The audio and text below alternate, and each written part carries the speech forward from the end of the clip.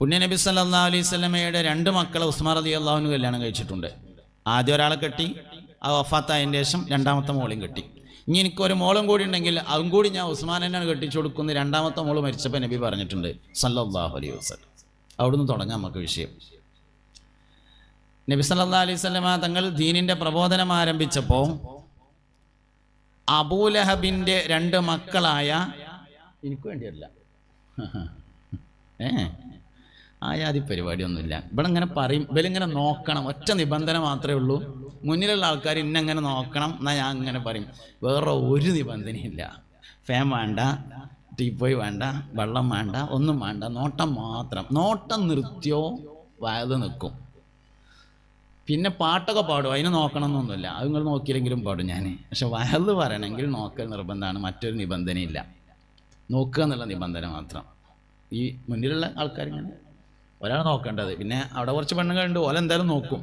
ഒരു പറഞ്ഞില്ലെങ്കിലും ഒരു നോട്ടം ഏറി കുഴപ്പമുണ്ടാവുള്ളൂ, കുറഞ്ഞ കുഴപ്പമുണ്ടാവില്ല.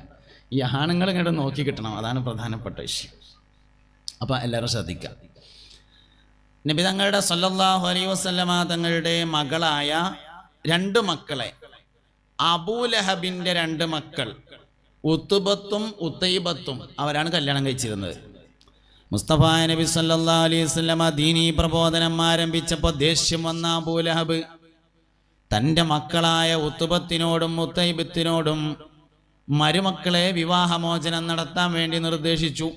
അങ്ങനെ നബി തങ്ങളുടെ സല്ലല്ലാഹു അലൈഹി വസല്ലമയുടെ വീട്ടിലേക്ക് ഒരേ ദിവസം രണ്ട് മക്കൾ വിവാഹമോചിതരായി കടന്നു വന്നു. റുഖിയ്യ, ഉമ്മു കുൽസൂം എന്നാണ് അവരുടെ പേര്.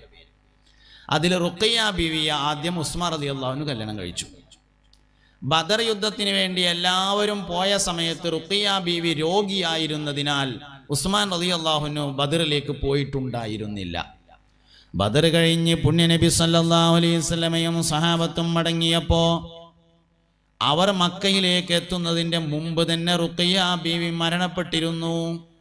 പിന്നീട് ഉമ്മു കുൽസൂമിനെയും ഉസ്മാൻ റളിയല്ലാഹു അൻഹു കല്യാണം കഴിച്ചു.